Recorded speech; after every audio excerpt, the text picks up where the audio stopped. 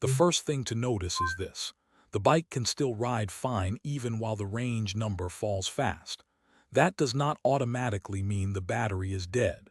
The display is reacting to what it thinks you can get from the pack right now. So when the miles suddenly shrink, start by treating it as a changed estimate, not a failed battery. Range is not the same thing as battery charge. The charge is the energy stored in the pack. Range is the prediction the display makes from that energy, plus the way you have been riding. If the load changes, the estimate can change with it. So a sudden drop can be the math updating, not proof that something is broken. To understand the drop, look at the whole system. The battery stores energy. The BMS watches the pack and protects it. The controller decides how much power the motor gets. Then the display turns all of that into a range guess. Rider effort, cargo, hills, weather, and assist level all feed into that guess too. One change anywhere can move the number. Inside the pack, the energy is not one solid block. It is a group of cells working together, with the BMS watching how that group behaves. When demand rises, the pack has to deliver current through those connections. If the pack has to work harder than before, the display may recalculate range quickly because the usable energy looks different under load. This is where voltage sag matters. Under a hard pull, battery voltage can dip for a moment even if the pack is not empty. The bike feels that dip through the system, and the display may respond by lowering the range estimate. So a range drop can happen before the battery is actually drained. It is a response to demand, not just stored energy. Higher assist asks for more power per mile. That means the controller sends a stronger demand to the motor, and the battery has to supply it. The result is simple. More energy is used for the same distance, so the projected miles can fall fast. If the rider bumps assist up, the estimate can drop right away because the bike now expects a heavier energy draw. Extra rider weight or cargo changes the job the motor has to do. The bike must push more mass, and that takes more energy for each mile. So the same battery can look worse today without being damaged at all. If your load changed, the range number can change with it. That is normal math, not a sudden battery failure by itself. Tire pressure is another hidden load. When a tire is soft, the contact patch gets bigger and rolling resistance goes up. Now the motor has to work harder just to keep the same speed. That extra drag can make range look disappointing even though the battery is still functioning. Before blaming the pack, check whether the tires are part of the reason the estimate dropped.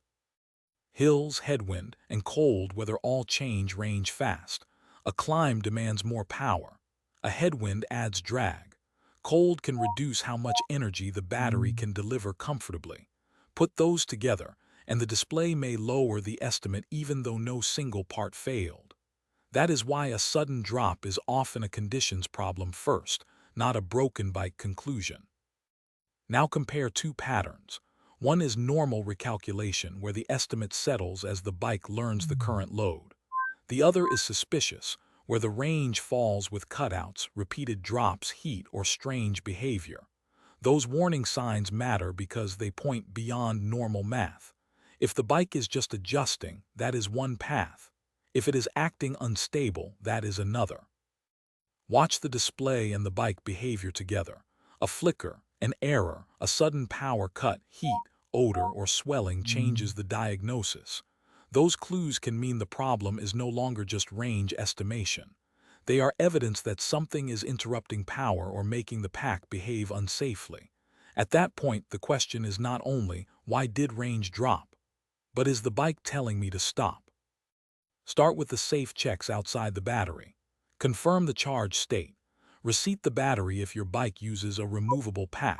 Look at the contacts for looseness or obvious dirt. Check tire pressure. Note the load, the assist mode, and the recent weather. These checks help you separate normal range recalculation from a setup or connection issue without opening the pack. This is where people waste money. They see the range drop and jump straight to a new battery. But if the real cause is load, tire pressure, riding conditions, estimate math, or a poor connection, a new battery will not solve it. So do not buy parts until the evidence points there. First, prove whether the drop matches normal conditions or a real fault path. There is a hard safety boundary here. If you see heat, swelling, odor, exposed wiring, or repeated cutouts, stop home testing. That is no longer a simple range question. It may be a battery or wiring condition that needs professional verification. Keep the uncertainty explicit and do not keep cycling the bike if the behavior looks unstable or unsafe. Different e-bikes hide the same logic in different places. Some use a removable battery, some a frame-integrated pack. Some displays show range more aggressively than others. The sensor layout and controller behavior can also change how fast the number moves. So the same sudden drop can look different from one bike design to another, even when the underlying cause is similar. Now choose the branch that fits what you saw. If the bike rides normally and the conditions changed, it may be normal recalculation. If the load, tires, or assist level changed, it may be a setup issue. If the battery seating or contacts look questionable, focus there. If you have warning signs, repeated cutouts, or unstable behavior, the next step is professional verification, not guessing. Keep the order in your head. First comes the estimate, then comes battery energy, then load, then conditions, then warning signs. That sequence explains most sudden range drops without jumping to the wrong conclusion. When you follow that flow, you can tell the difference between a display that is simply recalculating and a bike that needs more serious attention.